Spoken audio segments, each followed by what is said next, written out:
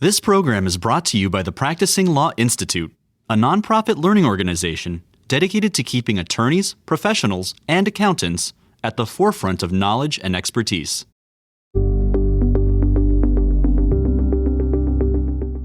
It's the most wonderful time of the year, folks. That's right, it's time for the annual SEC Speaks conference, which for securities wonks like me and Chris, it's kind of like Christmas come early. PLI's virtual SEC Speaks in 2021 program took place on October 12th and 13th, and there were a lot of talking points coming out of the conference. And we're going to take you through the 4 big things you should know about the SEC Speaks in 2021 today on inSecurities.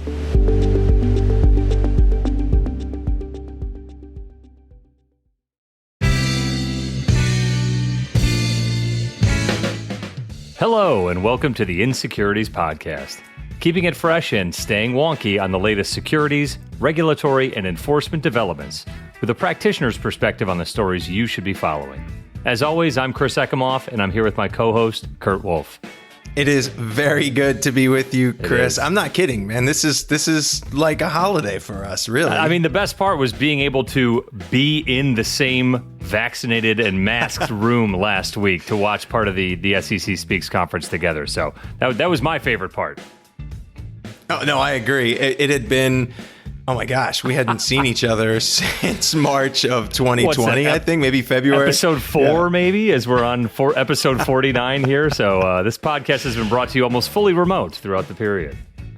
Yeah, exactly. But yeah, it was good to see you. It was good to see SEC Speaks again. Wish it could have been in person, but understand that they're taking some safety precautions still this year. What we want to do today on the show is actually walk through what we identified as the 4 big things you should know about from SEC Speaks. I mean, there really was a ton of coverage coming out of this Speaks. I think it was a great program, very substantive, and we're trying to just sort of cut through some of the noise to help our listeners take away what we think are the key points.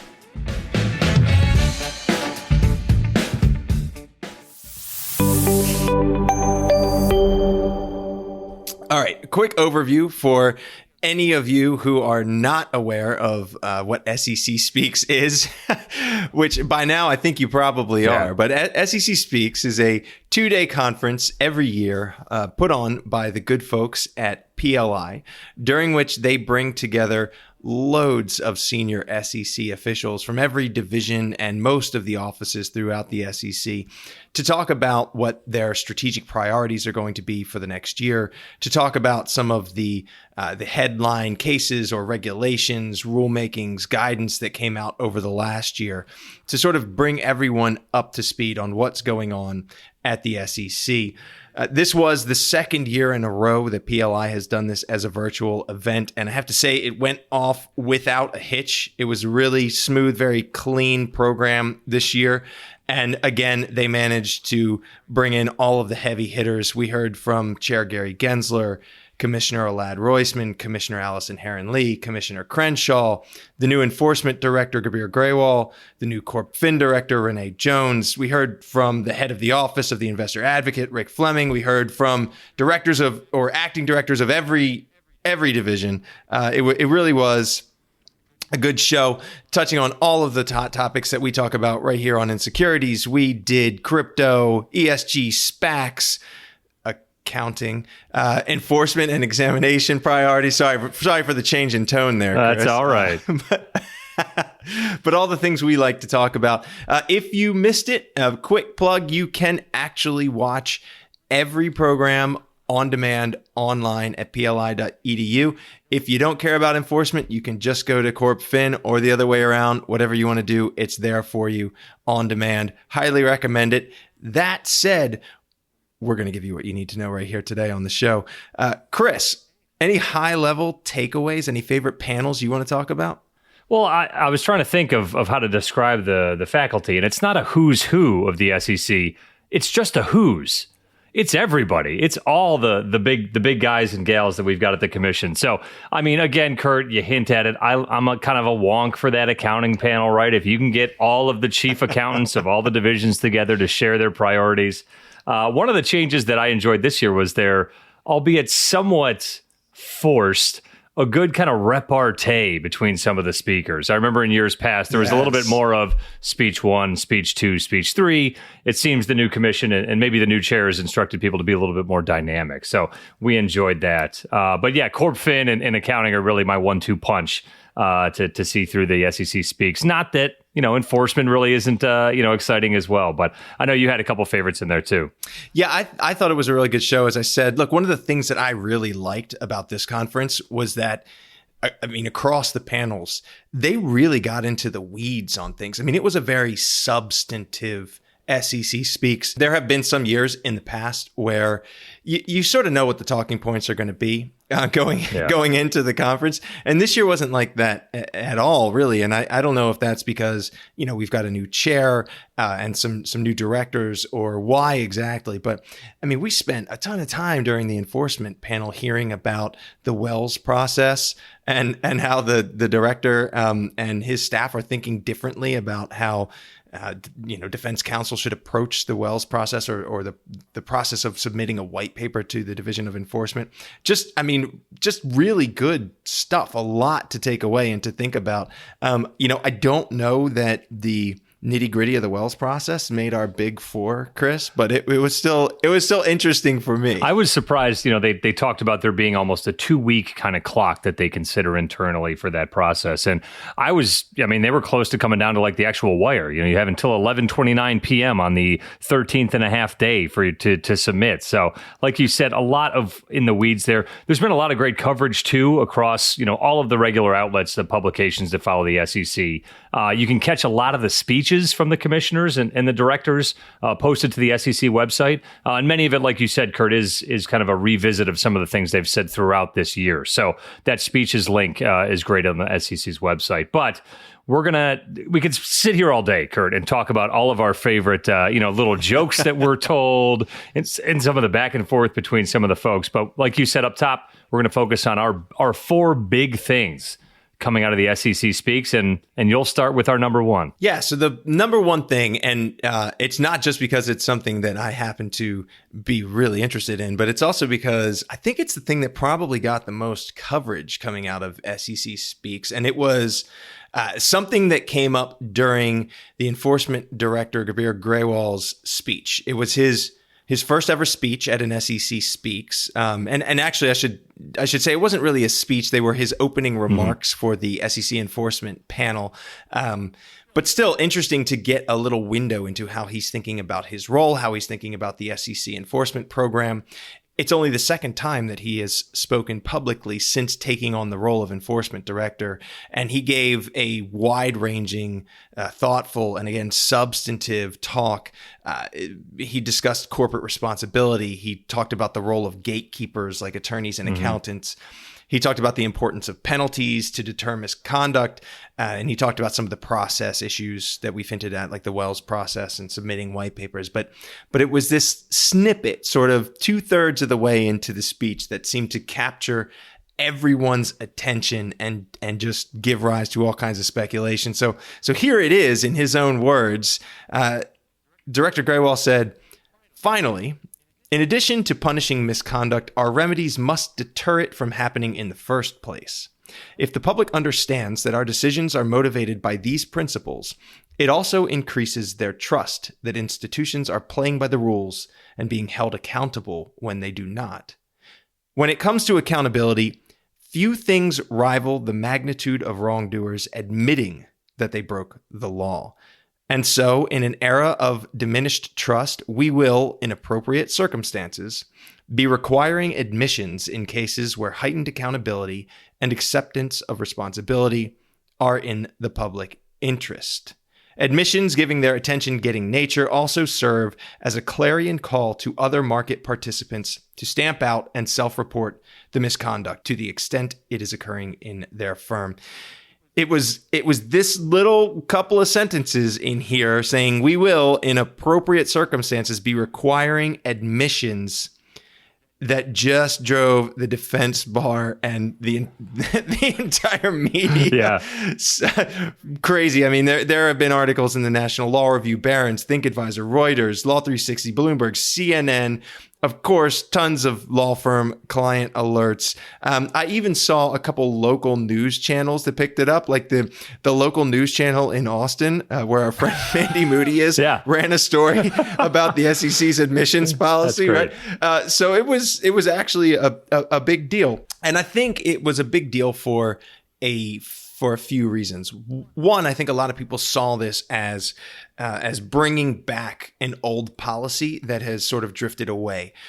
So if we go, sort of way back in time to when Rob Kazami was the director of enforcement, he put in place a policy where defendants who admitted to misconduct in a criminal case could not settle an SEC enforcement action unless they admitted to the same conduct, right? So you couldn't get away with something in front of the SEC that you admitted to somewhere else. Kind of made sense, right?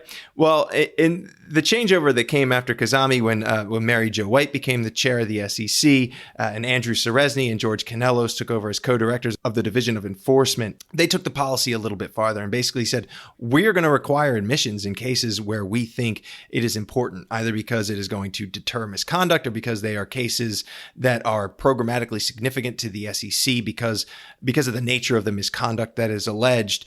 And that became the law of the land for a while. It was never formally withdrawn, but it never really took off. You did see a little, mini wave of admissions cases, usually where the conduct was particularly egregious. But it didn't become something that happened as a matter of course. Instead, in practice, it became kind of a bargaining chip, I think, for defendants and defense counsel. And then it slowly kind of drifted away. I think what happened after Director Grewal made his speech last week was people went, oh my gosh, we're going to have admissions all the time now after that policy effectively disappeared. Mm-hmm. And, my take has been, look, the policy didn't disappear. There have been cases this year and last year when the SEC required defendants to admit misconduct. It's usually against individuals and not big organizations, and it's usually where the conduct is pretty obviously bad. But it's not like they don't do it. The other thing is he sort of appropriately couched it to say things like, we're going to do it in appropriate circumstances. We're going to do it when we think it's in the public interest, right? He gave all the right caveats. All anybody heard was they're going to require admissions. Yeah. And I would just say, look, I think that in the vast majority of cases, defendants will still settle on a no admit, no deny basis.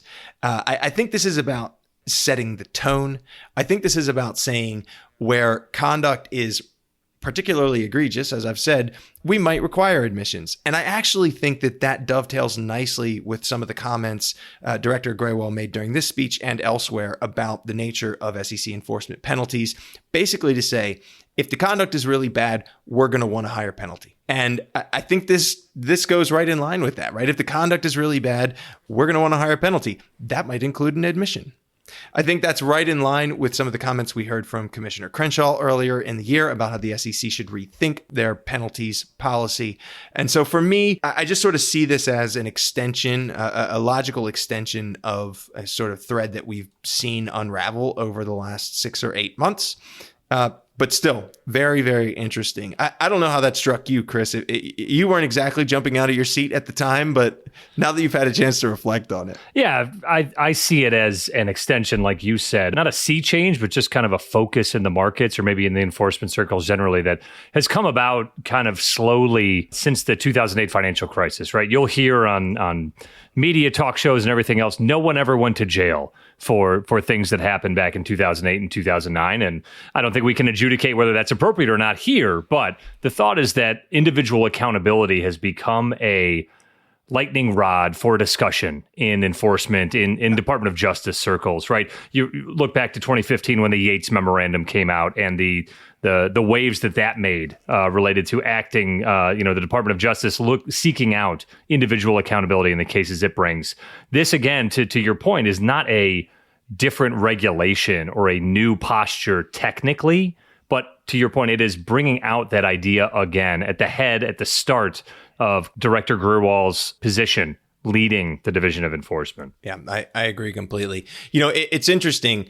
Look, to the nobody ever goes to jail point. Yeah. I mean, first and foremost, the SEC doesn't have criminal jurisdiction. Yep. So the SEC isn't ever sending anyone to jail. Right. But with respect to criminal prosecutions that might arise from the same alleged misconduct, I will say there have been some speeches lately coming out of the DOJ that pick up on the same thread where they're saying, look, we are focusing on individual accountability. We may still agree to things like deferred or non-prosecution agreements. But if you're lucky enough to get one of those, you had better abide by it. So there is interesting parallels in tone coming out of both the civil and the criminal regulators when it comes to the kind of issues that you and I talk about on this podcast. All right, Chris, that was big thing number one was Director Graywall and the potential shift in admissions policy. Tell us about the second big thing we should focus on. 4 words, Kurt. High quality financial information. The accounting panel, I went back and counted more than 40 instances of that specific phrase coming out from Paul Muntner, the chief accountant, and his staff in speaking to the SEC Speaks group in the accounting presentation. I look at that and see a couple of underpinnings there to high quality financial information. Companies need to be able to produce appropriate financial information under generally accepted accounting principles, and those gatekeepers you mentioned earlier, auditors, need to assure the markets that information is valid. And one of the things that came up a couple times in the accounting panel is that phrase, auditor independence. For those of you, I'll say you, knowing me, for those of you not well-versed in the modern history of less than independent auditors, I'll give you a few quick notes. Auditors serve in the interest of the public, of the profession, and of their clients to assure that the financial statements of a publicly traded entity are not misstated in any material respect. An important part of that assurance is the independence and objectivity of the auditor. If the auditor is not independent or objective, or perceived to lack independence or objectivity, the value of that assurance to the market decreases, and the purpose of auditors generally just comes into question. So the accounting scandals back in the early 2000s paint a dangerous example of what can happen when auditors lose that edge. They allow clients to steer audits into areas of relative compliance and away from areas of relative subjectivity. Anecdotes of audit teams tipping off clients when and where surprise audits would occur on premises. Audit partners becoming ensconced in senior management of the company's personal social circles. Or audit firms becoming overly dependent on fees related to non-audit or consulting services to those audit clients all show what might happen when audit independence and objectivity is found wanting. The Sarbanes-Oxley Act of 2002 and much of the revamp of the accounting standards that happened right after that look to deal exactly with those issues. A quick crude example, imagine a moment back in 1999, an accounting firm has a long-standing audit client for which annual audit fees total $1 million. Apart from the audit relationship in 1999, that accounting firm may have more than $10 million in consulting fees for the same client, with a focus on technology implementations, due diligence and mergers and acquisitions activity, or other consulting services. That audit partner may have been under significant pressure, whether from the client or from his own firm, to ensure the client was kept happy with their audit because that $10 million in fees was discretionary and the client could take that business down the road to the next firm should they find the audit team unsatisfactory. So that type of issue is what SOX and the Generally Accepted Auditing Standards, or GAS, as it was revised in the 2000s, sought to eliminate. The idea that they'd have to make decisions during a supposedly objective and independent audit to satisfy the business decisions of the firm based on their client relationships. The lines have been drawn in the 20 years since, and rules and regulations on auditor independence are some of the most significant internal processes and procedures at large audit firms. All right, let's get to the conference.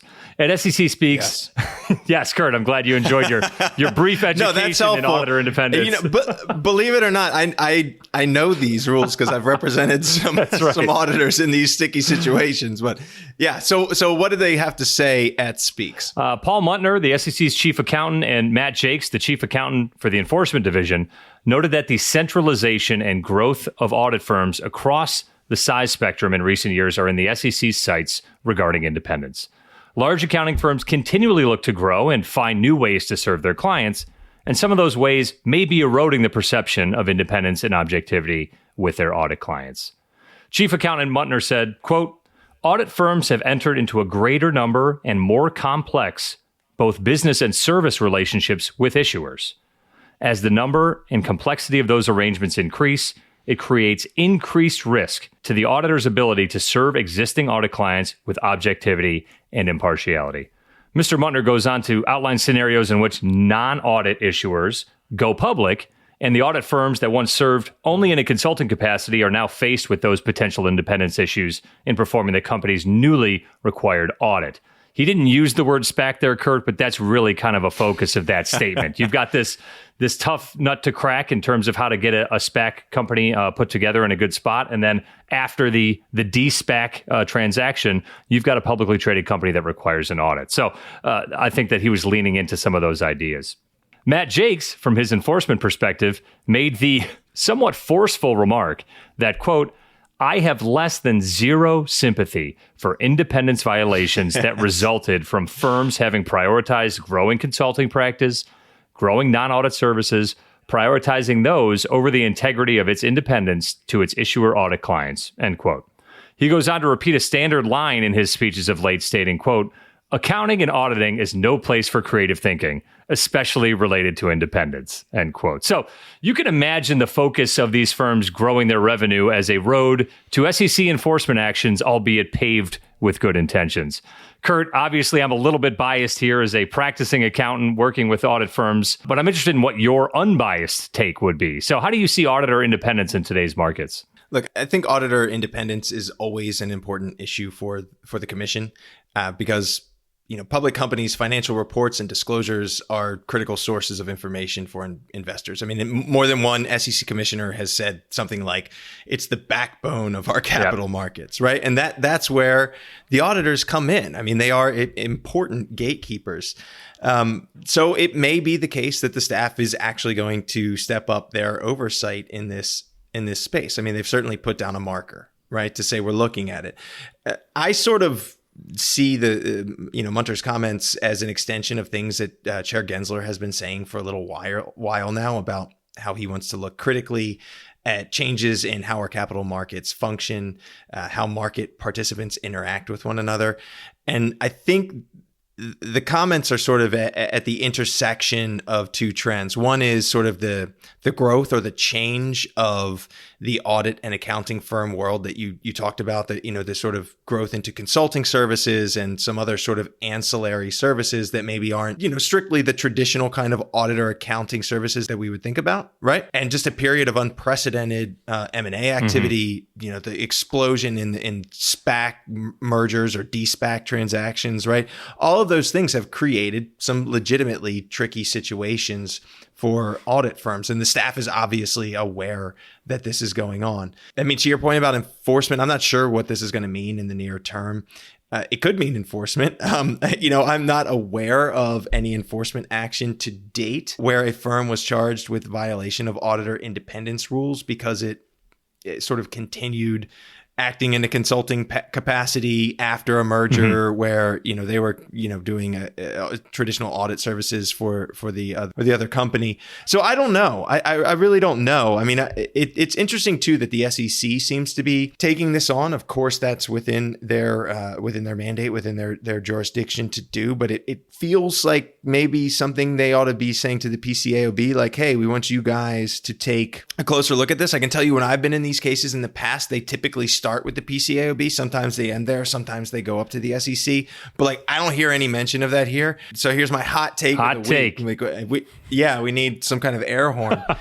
It feels like the SEC is actually trying to grab back from some of the SROs authority to regulate or enforce some of these rules. I mean, we certainly see it with respect to some of the things in the broker-dealer space. We're going to talk a little bit about some of that, but things like regulation, best interest, there's another air horn. But I think we see it here too a little bit, right? 'Cause I don't know, maybe you disagree with me, Chris, but this feels like principally a PCAOB issue. Yeah, I mean, I go back to our episode where we got to speak with Wes Bricker, the former chief accountant for the SEC, and he was very focused on the accounting profession's role as a trusted advisor or a trusted participant in the industry. And a lot of financial services centralize around trust. And so the fact that there's only so many large firms that can service these mid to large size companies from an audit or consulting perspective. The value of that trust, right, is evident in the services they perform, but the more centralized it becomes, that's where we start to see these independence issues. So I don't know which way the wind is blowing at the commission in terms of what they're looking for. The cases that are brought either at the SEC or the PCAOB level seem to be relatively clear cut when they're announced in terms of independence violation. So we'll have to keep watching and see. Auditor independence is one of those issues that comes up at a regular clip, right? It's kind of a focus for the SEC, regardless of the leaning of the commissioners or anything like that. So I'm hopeful to see where it goes and be able to talk more, Kurt, about auditor independence as we go forward. I remember when we were sitting together, you talked a bit, I forget if you pounded the table or slapped your hands together and said, I've been talking about this stuff for months. And I think that's our third big take, Kurt, from the SEC Speaks conference. Yeah, third big take. I think actually I said I've been talking about this for years. Oh, sorry, I underplayed it. Which is true. So this is the big take number 3 is that I think it came through during the conference multiple times that the SEC is actually focusing or casting a critical eye on what I would call digital advice. I think that Chair Gensler has, I don't know if he's coined the phrase, but he's repeated it enough times now that I'll give it to him, digital engagement practices or DEPs. There were 2 big speeches at Speaks that really got at this issue. One was from Chair Gensler.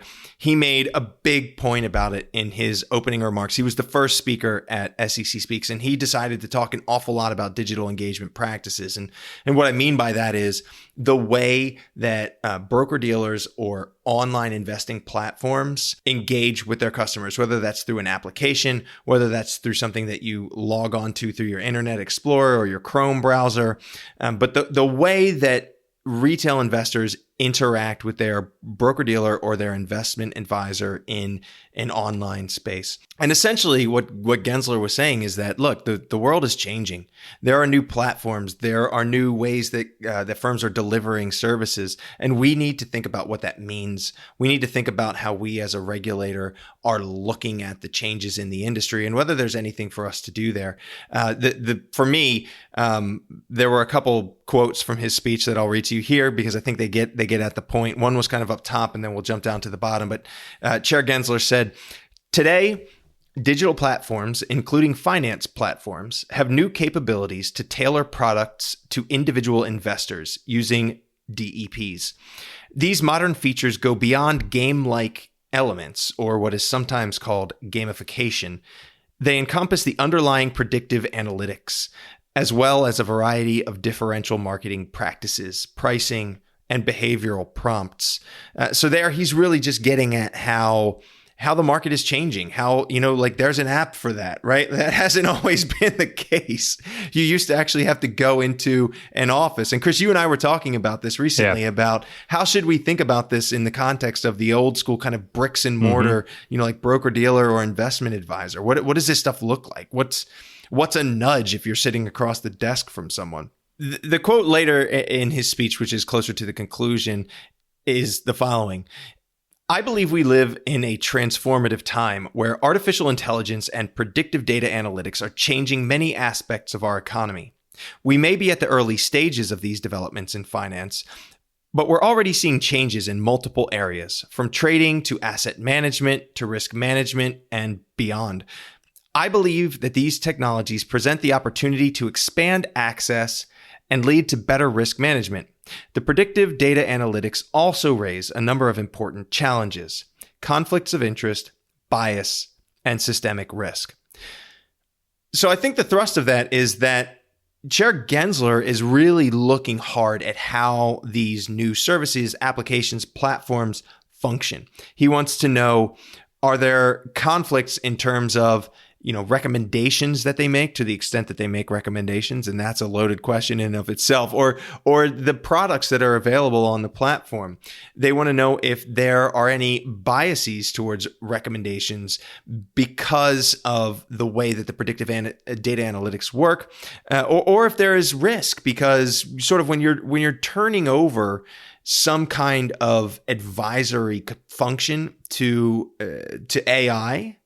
I mean, there could be risks there, right? It may be better than a human could ever do it. But I think what Gensler is saying is, like, we need to think about this. We need to figure out how these things work and whether there's space for the SEC to do anything in here.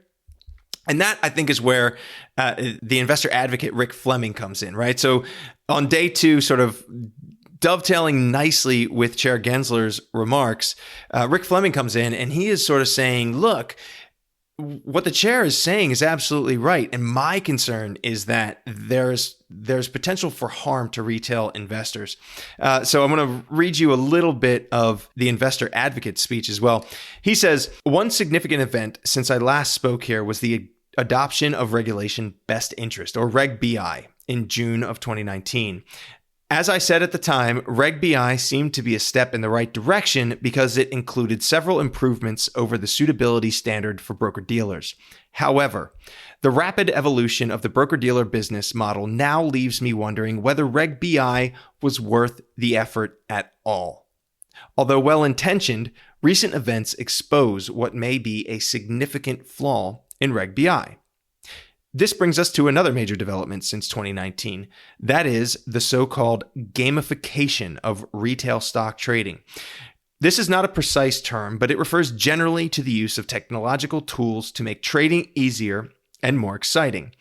Broker-dealers, as well as some investment advisors, now utilize a variety of digital engagement practices, or DEPs, to connect with a broader array of retail investors, particularly younger investors who grew up with similar design features in other online apps and games on their devices. I mean, it's just remarkable how the investor advocate and Chair Gensler seem to be singing from the same sheet of music here, Chris. But anyway, let me tell you how the investor advocate concludes. So I'm going to jump down in his speech a little bit because I think it's important as well. He says, it seems that most, if not all, of the online discount brokers are influencing investor behavior with digital engagement practices, which further blurs the line between providing investment advice and traditional brokerage service.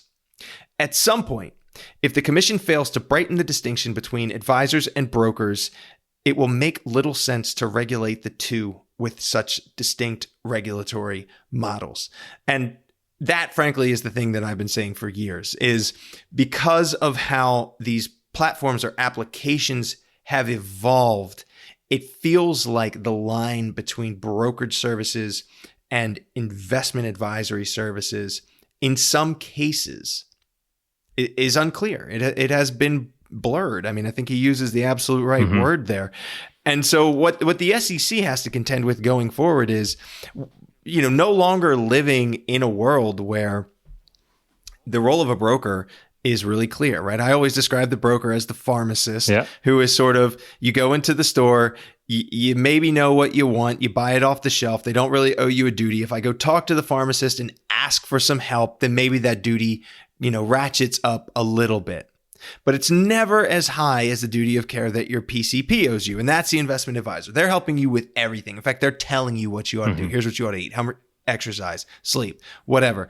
But when you get into this online space, particularly where you've got nudges and gamification and prompts and all that stuff, the sort of user experience that they are baking into the platforms now, it just gets a little blurry. And I think what I'm hearing from the commission is that they are committed to trying to figure this out. And what exactly should the rules be? When should the commission step in? So anyway, that's what I'm hearing. Look, I could talk about this, as you know, probably for another hour. So I'm going to just stop. Chris, what do you think? Am I hearing this correctly, or am I just excited? I think both, and that's okay. Those aren't mutually exclusive. To me, it really comes down to that liability, and that's obviously where a lot of our work overlaps. And I think you described it well in terms of where these conversations are happening.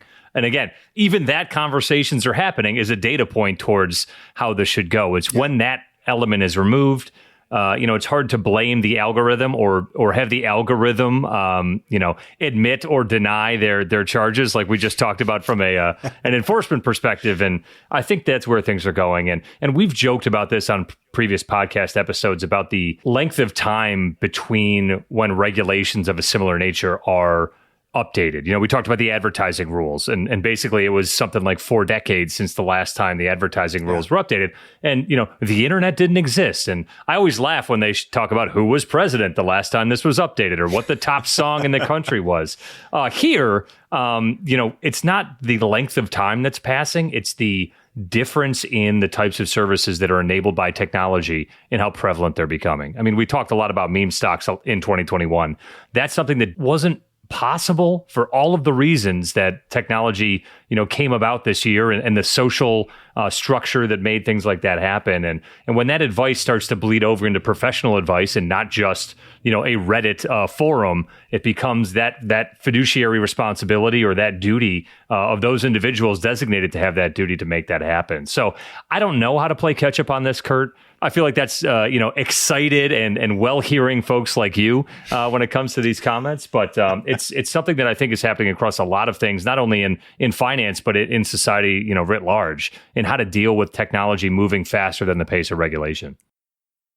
Yeah, I think that's right. And it's been an emerging issue for a long time. I mean, I remember Commissioner Jackson calling this out before he left the commission in February 2020, basically saying we don't have the resources or the headcount or maybe the expertise to keep up with the pace of innovation in the financial services industry, thinking about fintech, thinking about online broker dealers and things like that.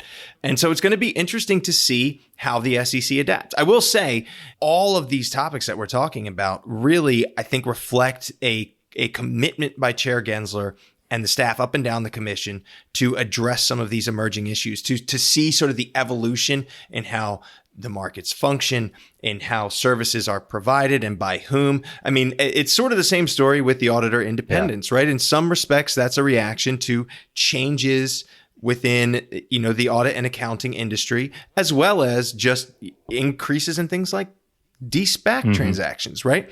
Everything we're talking about here with digital engagement practices is a response to innovation in the financial services industry. And if there is maybe one thing changing, one new thing that everybody wants to talk about, that would probably be big thing number 4. Big thing number 4, Kurt. We'll play a little bit of hide the ball here because I want to talk a little bit about how much this podcast has changed my life. And it's really been how you and I focus on the speeches given by the commissioners. We've been lucky to have many of them both while sitting and afterwards on the program. And I think I've learned a lot in following how they structure arguments about complex issues and also reading them in tandem with what other commissioners might be saying at the same time. I always admire the respect and the professionalism they have, even when you can read between the lines for that vigorous disagreement that they display between each other. So one of those situations came to head with our big takeaway number 4 at SEC Speaks, and that is our favorite topic, crypto. October presented 2 opportunities for SEC commissioners to voice their thoughts. Commissioner Hester Peirce, as we all know affectionately as the crypto mom for her support of innovation in the space, provided remarks to the Texas Blockchain Summit in Austin, Texas on October 8th. And then Commissioner Caroline Crenshaw, who's been viewed by some as more supportive of regulations over crypto than some of her fellow commissioners, gave a keynote at the SEC Speaks conference related to digital assets. First, Kurt, not to disappoint you, but right off the top, Commissioner Peirce did not use any of the suggested speech titles we gave her based on our old man pop culture references. So I think we whiffed on that one. And I'm hugely disappointed. I will DM her and ask what happened. That said, still not a bad title. Lawless in Austin, Austin, right? That's a reference so both bad, to recent comments by Chair Gensler as well as obviously the location. So Chair Gensler's quote in today's crypto market has gotten a lot of press. He said the market is like the, quote, Wild West. And Commissioner Peirce has done some heavy lifting in her speech in Austin to change the paradigm of the Wild West to that of the land of opportunity that was afforded to early settlers that headed across the country. So hopefully that'll help explain some of the metaphoric language I'll quote here as we go forward. She remarks that the perception of a Wild West was ill-placed and many examples of self-regulation existed. For instance, quote, Texas cattlemen, whose ranches were delineated by clear property lines, were able to create order on their ranches. One ranch's code prohibited cowboys from gambling, carrying six-shooters, keeping private horses, running game with ranch horses, drinking, and stealing cattle from other ranchers. With that, she goes on to say, quote, the crypto frontier, like the Wild West, appears pretty wild at first glance, home to lots of code slingers and speculators and some hucksters too. This new West also has its inter- and intra-protocol fights, friendships forged through shared difficulties and successes, colorful personalities, passions, dreams, hardships, spectacular failures, and remarkable victories. But, as in the West of the past, there is order and discipline in all of that rough and tumble. Because crypto is built on code, the code itself serves as a governor of conduct. But crypto is built on people too, and these people hold each other accountable not only through unbridled public discourse, but through using or not using a protocol, end quote. The rest of her remarks take on a more almost confrontational approach to the question of crypto regulation, asking more so, why should we be regulating, instead of why shouldn't we be? Now, I love the Wild West. I love kind of that period in our American history. So she really pulled me in with some of those references. But, Commissioner Crenshaw, almost on the other side or taking a different tack, remarked at SEC Speaks and reflected her support of the history of the current regulatory landscape. She says, quote, I have a message I want digital asset market participants to hear. To move these markets forward, there must be a meaningful exchange of ideas between innovators and regulators. And while we share common goals, we may prioritize issues differently, and our initial proposed solutions might reflect those distinctions. And that's okay, even good. Different viewpoints coupled with constructive dialogue will yield better results in the long run, end quote.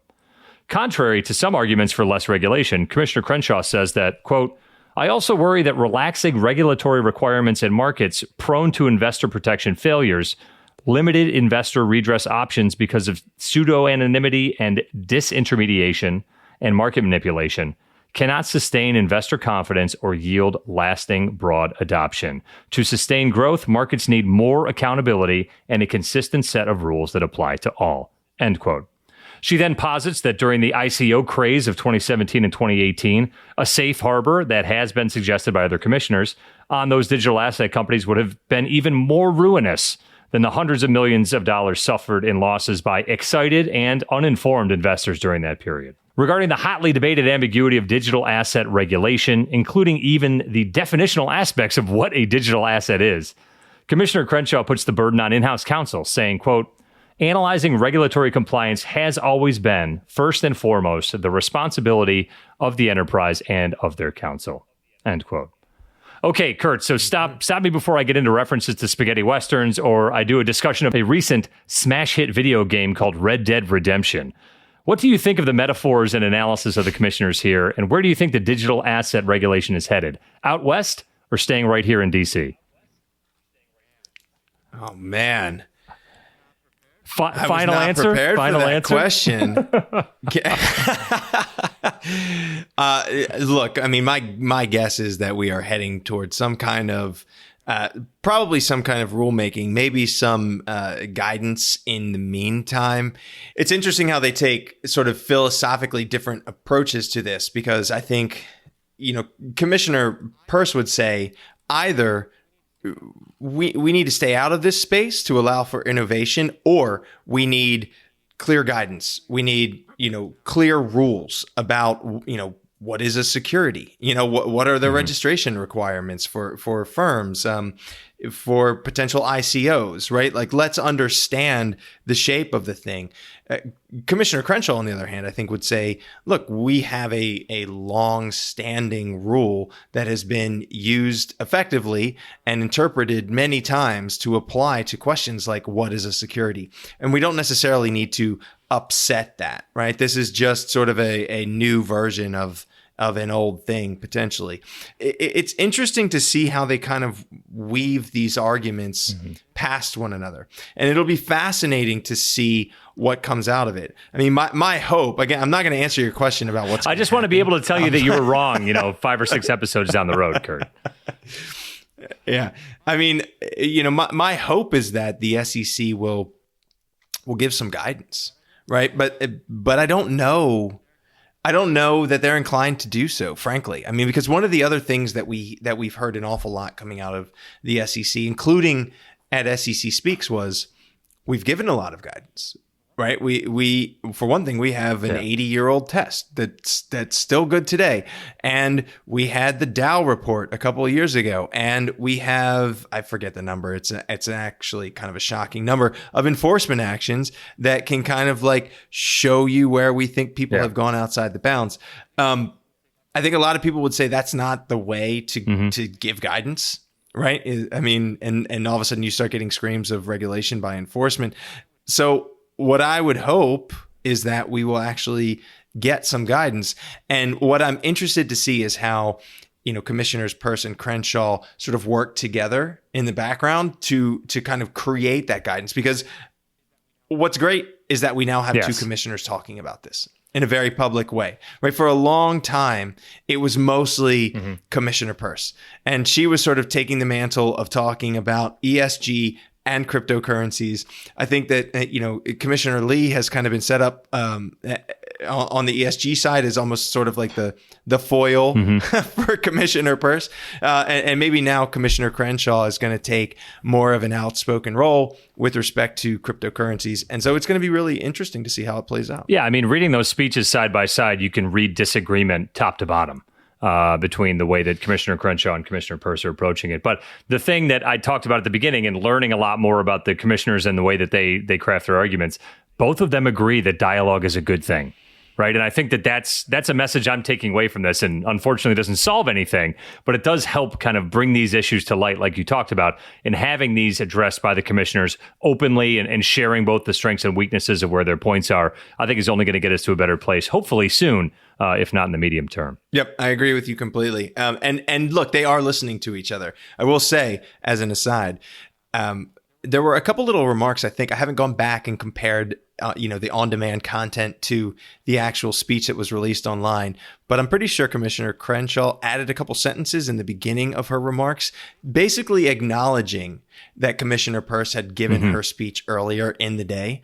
She said something like, in preparing for my remarks, I've looked at a bunch of media coverage and other things, including some very recent speeches, right? So let's hope they're listening to each other. Let's hope they're talking about it, because I think that's the way forward if what we want is to get some clarity in this space.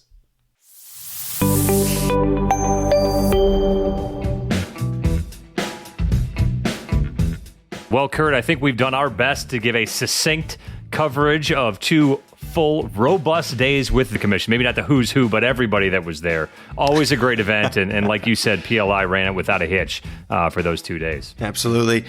Seriously, if you missed it, check it out on demand, online, pli.edu. You know where to go. For those consumers like Kurt and I who maybe have favorite panels and others not, they're delineated between the actual topics. So don't feel like you got to sit and fast forward through 6.5 hours before you get to accounting. It's right there waiting for you. Thanks for joining us for this episode of the inSecurities podcast. As always, we want to hear from you regarding your thoughts, comments, and topics for discussion on future episodes of inSecurities. Please use the hashtag inSecuritiesPod on Twitter or LinkedIn to join the conversation. You can find me at EcomoffCPA. And I'm at Enforce_update. Be sure to subscribe, rate, and review the inSecurities podcast wherever you listen. Be well, everyone, and we'll see you next time. Thanks for tuning in.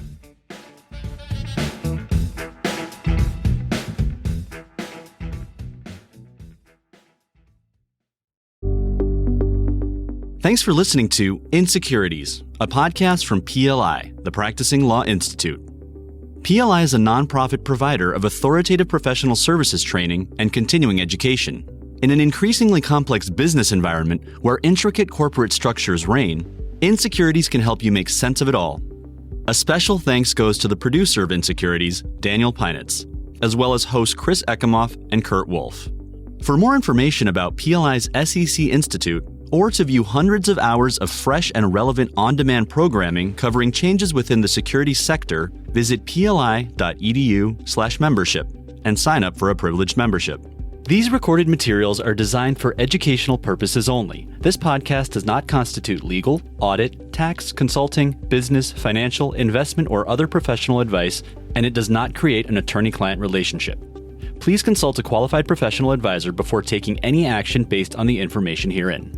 Furthermore, the views and opinions expressed in this podcast are solely those of the individual participants. These views are not the views of the hosts or their employers. Users of this podcast may save and use the podcast only for personal or other non-commercial educational purposes.